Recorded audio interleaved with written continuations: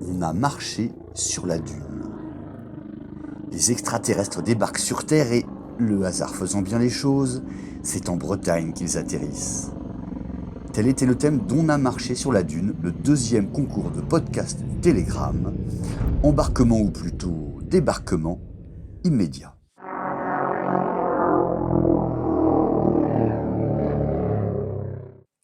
L'invasion des molars de Yuna Touri. L'entrée dans l'atmosphère se fit ressentir par la réaction du bolide qui se mit à trembler. Les deux pilotes tentèrent de contrôler la situation critique. Les lumières clignotaient dans tous les sens, les boutons bipaient dans un désordre ambiant. Par la fenêtre, Abza voyait les flammes qui dévoraient le vaisseau. Le vaisseau craquait, bouillonnait, palpitait. Les deux pilotes suaient à grosses gouttes. C'était une mission à haut risque et ils le savaient. Aucune erreur ne serait acceptée. En effet, leur peuple, les Mollards, était en guerre froide envers les Bacchus Cross. Ils se devaient donc de réussir la mission pour montrer leur supériorité de leur peuple, en atterrissant sains et saufs sur cette nouvelle planète, et en établissant un contact avec la vie qui l'habitait.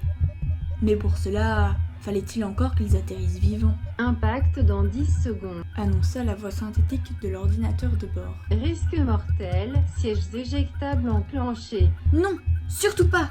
Sinon la galaxie verra que nous ne sommes pas posés correctement mais en urgence. Il faut qu'on réussisse cette mission à tous les niveaux, hurla Lisbar, le coéquipier d'Azba. Ok, nous allons éviter de nous éjecter. Attrape la manette pour ne pas qu'elle s'enclenche. Les deux équipiers attrapèrent en urgence leur manette d'éjection avec les dents pour éviter l'enclenchement du système. En même temps, ils essayaient de contrôler l'atterrissage. J'enclenche le rétroréacteur numéro 3, marmonna Lisbar, la langue bloquée par la manette.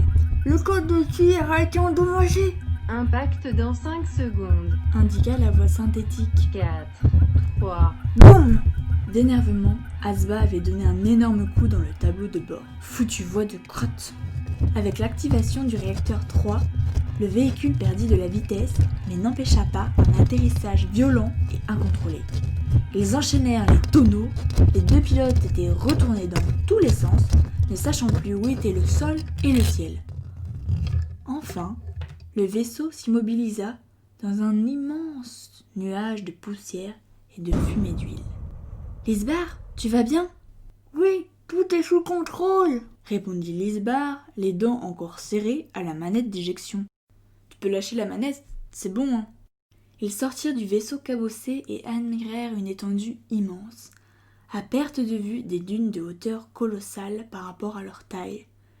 Ils découvraient le sable pour la première fois. Ils n'avaient jamais vu ça.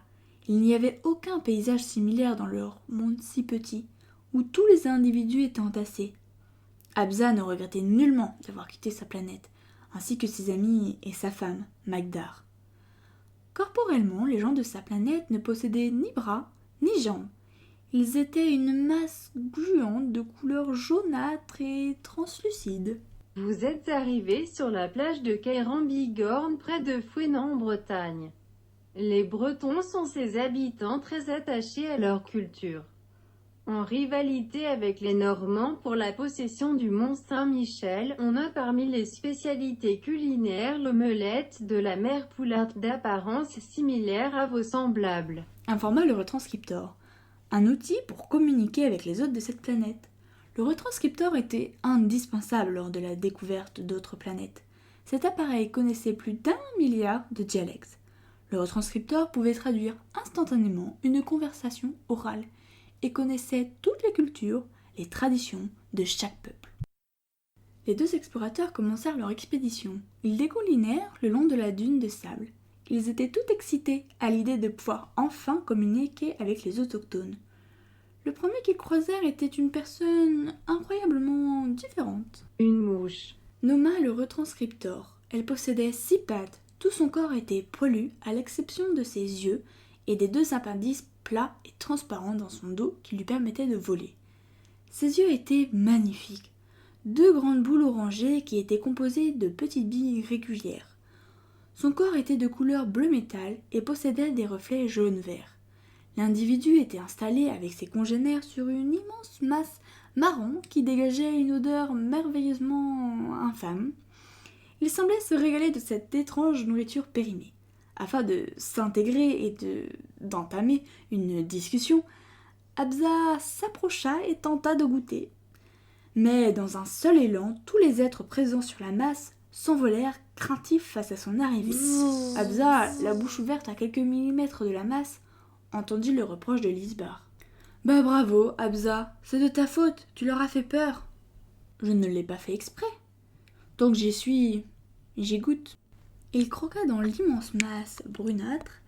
La texture était molle, pâteuse et collée sous ses dents.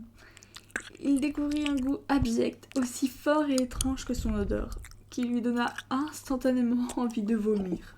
Ceci est un caca, communément appelé merde. Il provient de l'anus des habitants de cette planète. Cela ne se mange pas. Grésilla le retranscripteur. Abza s'arrêta de mâchonner et recracha tout en réprimant des hauts le cœur sous le regard moqueur de Lisbar. Soudain, une énorme voix sortit du ciel. Les deux explorateurs levèrent les yeux dans tous les sens pour en trouver l'origine, pendant que la voix mécanique du retranscripteur traduisait. C'est une bonne idée de passer par la plage pour aller au Fest-Noz. Ça va nous changer les idées. Et ajouta à la fin.